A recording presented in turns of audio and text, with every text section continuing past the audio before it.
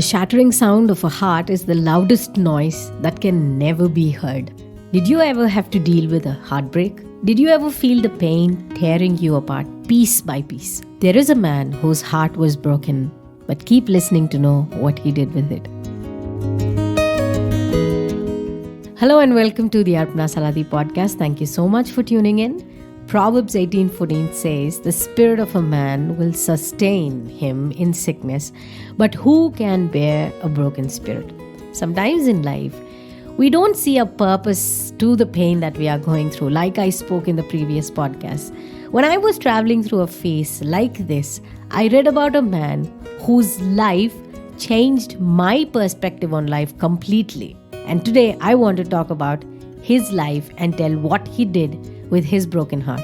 Robert Jermaine Thomas. He was the son of a pastor. Right from his young age, he had a desire to be a missionary. And with that vision in his mind, he began studying at New College, which is called the London University. Because of the kind of restlessness he has, and he's like all over the place, he did not finish his studies, but he left it halfway through, and he spent about 6 months working with a physician because he said, okay, when I become a missionary, I would need to know and have some medical knowledge. So I don't want to finish my studies. I leave it halfway through and I learn something at the physician's, workplace, and I will work there. So for 6 months, he worked with a physician. While this was happening, he also did some preaching at his father's chapel. And right at the age of 17 years, he delivered his first sermon. And that's really impressive, right? But, as life kept going, his friends came and said, you can't leave your studies halfway through like that. Why don't you just finish it? So as a young man, he was taken aback and he was like, okay, maybe I was being too impulsive. Let me go back and finish my education. So Robert quickly caught up on his studies and he graduated at the same time that his classmates also graduated. That was in 1863. Now, soon after his graduation, because he wanted to be a missionary, he was like, okay, what do I do now? Now that my studies are over, God, what do you want me to do? And he was ordained as a minister. While he was working as a minister for a church, he fell in love with a lovely young lady, and her name was Carolyn Godfrey. She was about 4 years younger to him, about 4 to 5 years younger to him. But, they both fell in love and they both shared the same passion for the mission field. I mean, when Robert Jermaine Thomas shared with her about his heart to work as a missionary and told her about his dream, this is my childhood dream and I always only dreamed about becoming a missionary. So what do you think about it? She also shared the same vision and the same passion that Robert Jermaine Thomas had for the mission field. And that was really like a match made in heaven. And that was the reason they both agreed upon and they got married. That was an amazing, married life.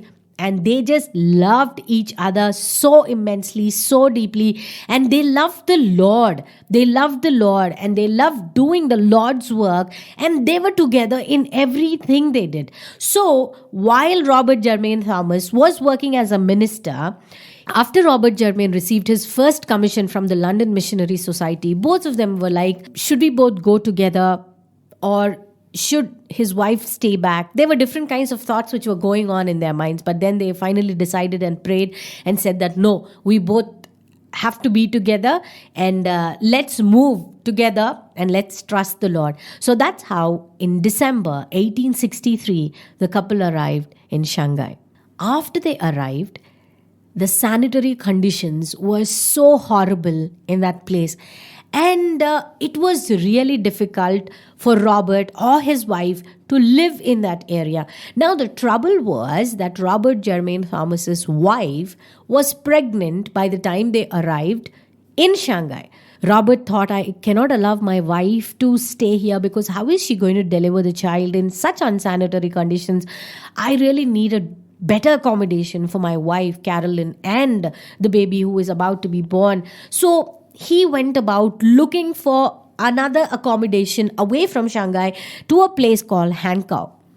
Now, while he was on the lookout, his wife was living with other missionaries back here and other people who were there back in Shanghai. And Robert was away from Carolyn. In this meantime, while Robert was gone, Carolyn, she had a miscarriage and the child died, and Carolyn Godfrey went to be with the Lord. She also died. By the time Robert came back, he couldn't take the news. He was crushed by his wife's death because they both loved each other, and his heart broke into a million pieces. And immediately Robert decided that he wanted to resign from the London Missionary Society's post that they have given to him as a missionary in Shanghai. So he wrote his resignation letter to the LMS, and I quote and I read his exact words. He writes, "I cannot write anymore. My sorrow bursts forth afresh as I go over the details." He concluded and he said, "I trust to give myself more completely than ever to the noble work on which I have just entered. But at present, I feel weighed down by deep grief. I am sure I have your sympathy and prayers that no trial, however grievous, should separate me from this glorious cause, but rather thank God for her peaceful, painless end, and say, the Lord gave, the Lord hath taken away. Blessed be the name of the Lord." Now, Robert Jermaine Thomas's life radically changed after his sweetheart went to be with the Lord, after she died, after his wife died. He moved to a place called Zifo, near the borders of Korea. And because Robert Jermaine Thomas had a lot of talent in the linguistics, like he could speak a lot of languages, that allowed him to be an officer, a customs officer. So you see, a person who dreamed to be a missionary all his life, sacrificed everything, came to Shanghai just to realize that the love of his life is gone. He was shattered, his heart is broken, and he decided he's no longer going to be a missionary, but started working as a customs officer.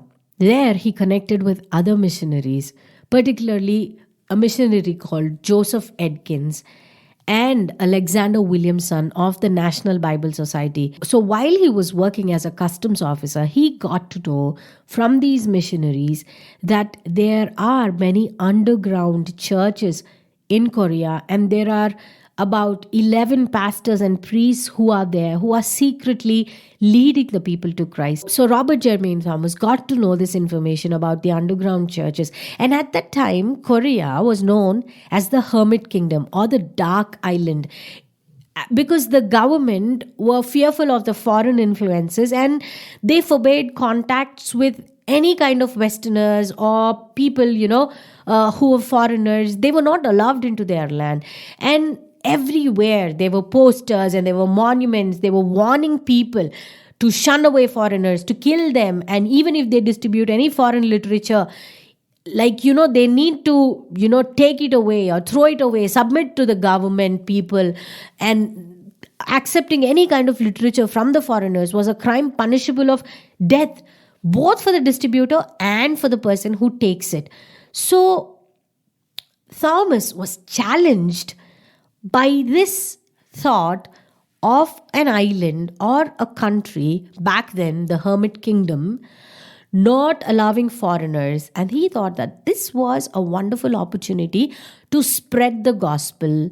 So he wanted to find a way. And this challenge rekindled his missionary spirit. With the help of the Scottish Bible Society, he said, "You send me large number of Chinese Bibles, I will distribute them in Korea." But they said, "How are you going to do it? Because distributing any foreign literature, you are going to die. The person who takes is going to die. The person who gives is going to die. What are you going to do?"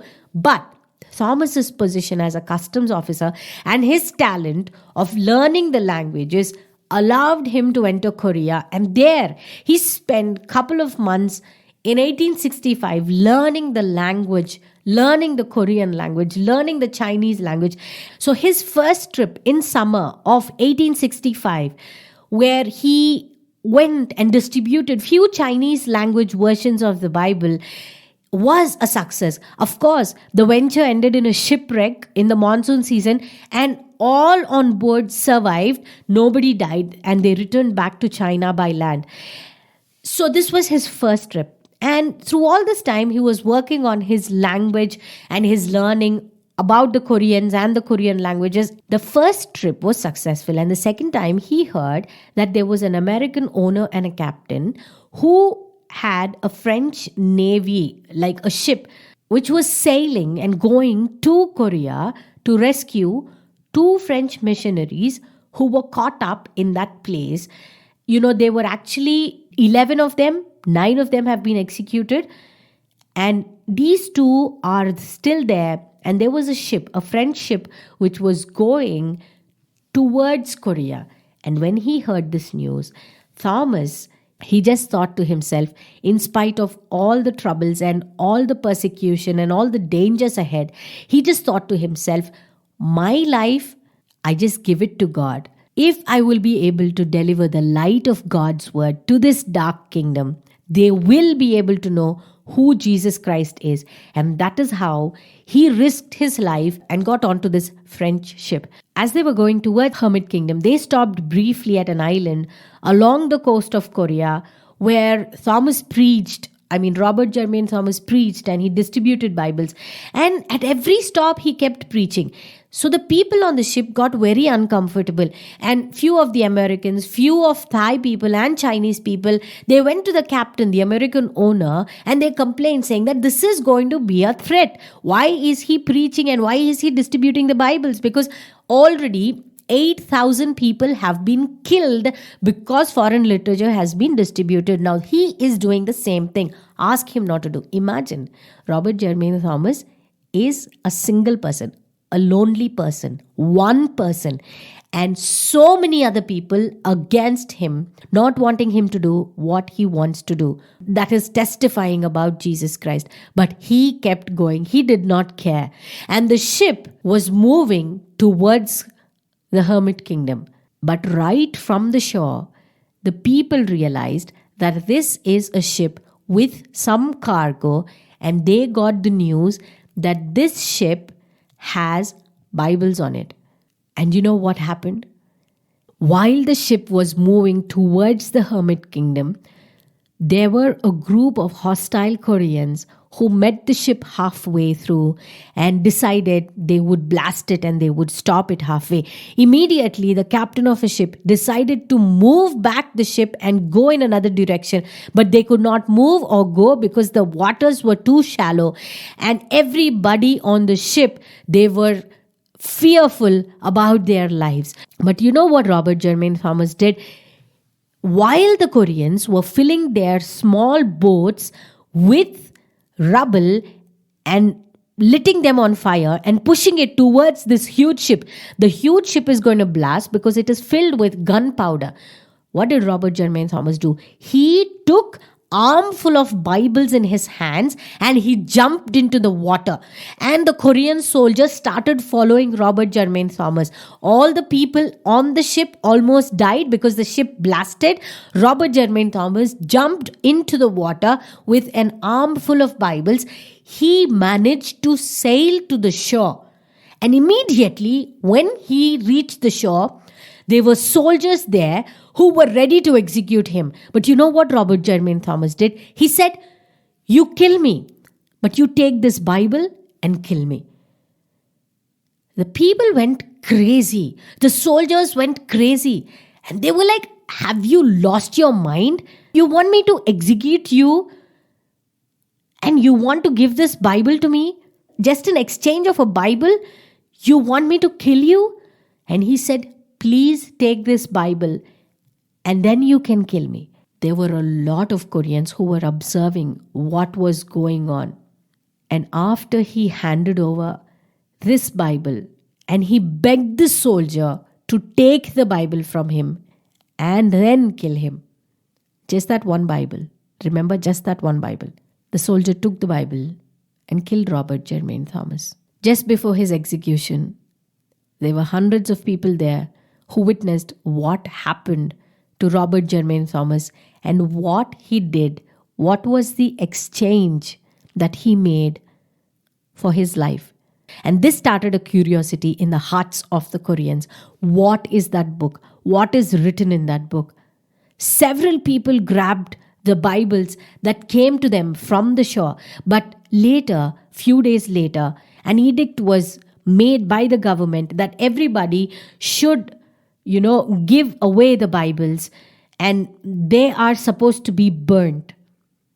So everybody gave away their Bibles. There were no Bibles at all. But there was this man, a government official, probably the one who took the Bible from the soldier. His name was Pak Yong-sik. He decided to use the pages of the Bible as wallpaper to his house. And you know what happened? People from all over the country started coming to his house and they started reading the words which were on the walls. There were many visitors who came to that house and who became interested in knowing more and more about what was written on the walls. And eventually, you know what happened? 10 years later, just 10 years later, there were 100 churches in Korea. In spite of the government's restrictions, Christianity continued to spread throughout the country. And only 15 years after Robert Jermain Thomas's death, there was a huge revival in Korea. Today, the Robert Jermain Thomas Memorial Church is still there and it stands at the spot where the missionary gave the Bible and lost his life. Now, when we read such stories, this is not like a fairy tale or a folk tale that I've told, right? This is the life of a man whose heart was broken because the love of his life has died, but yet he chose to live a radical life for Christ. Even in the Bible, when we sometimes just read it casually. We skim through the scripture, reading the pages, but did we ever stop and tried and understood the heartbreak that people had and the heartbreak that God took them through? Abraham did not have kids all his life. And then Sarah, the person he loved the most, Sarah loved Abraham so much. But because it was a desperate move, understand how desperate it was, that Sarah asked Abraham to give her a child through Hagar. How desperate could that be? And Abraham agreed to it because he was equally desperate. You see their desperation. But after so much of struggle and so much of pain, after God gives them Isaac, what does God do? He asks Abraham to give that one thing that he loves, who was Isaac. Later we see in Jacob's life, there was pain after pain after pain after pain. Every time he was attached to something that was taken away from him. We see in Joseph's life, he was a teenager. His heart was broken. He experienced loneliness as a teenager. He experienced separation from his own family members. He experienced betrayal. He experienced injustice. We see in Moses' life, he was like the next Pharaoh of Egypt. But this man runs away into the wilderness. And what is he doing? 40 years, he's taking care of the sheep. David, we already spoke about him in our previous podcast. You see, A.W. Tozer says, when you find time, please listen to this sermon. The sermon is titled, The Saint Must Walk Alone.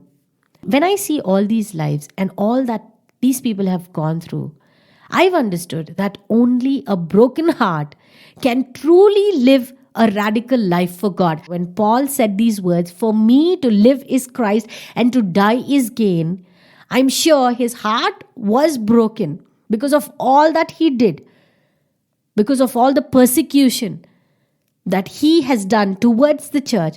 His heart was broken, but he decided to turn his broken heart into a radical heart which lives a radical life for God. And only in Christ did he find meaning and purpose to whatever was happening in his life.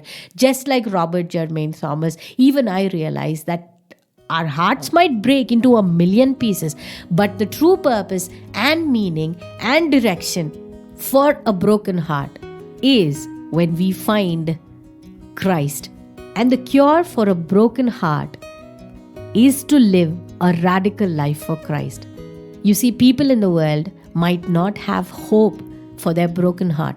They might run to psychologists, they might run to pills. But remember, Christian, you and I, God breaks our hearts to make them better and to make them into radical ones, so that we, like Robert Jermaine Thomas, would give away our lives and count living for Christ the greatest price and value for our lives. That is what Jesus Christ told us, right? Deny yourself. Deny yourself. Everything that we hold dear, even if it is taken away from us and our heart is broken into a million pieces, remember, we ought to deny ourselves, because for a Christian, Christ is all or nothing, like Spurgeon says. Thank you so much for listening to the podcast. I hope that this podcast has been a blessing to you and helpful to you in some way. Please do write to us if it is. Remember that God is the most closest to the brokenhearted and a person who has a contrite spirit. So let's give the broken hearts to God. He will mend them and change them into radical ones to live for His glory and His glory alone. See you all next week. Bye-bye. Take care. This is Arpana Saladi signing off.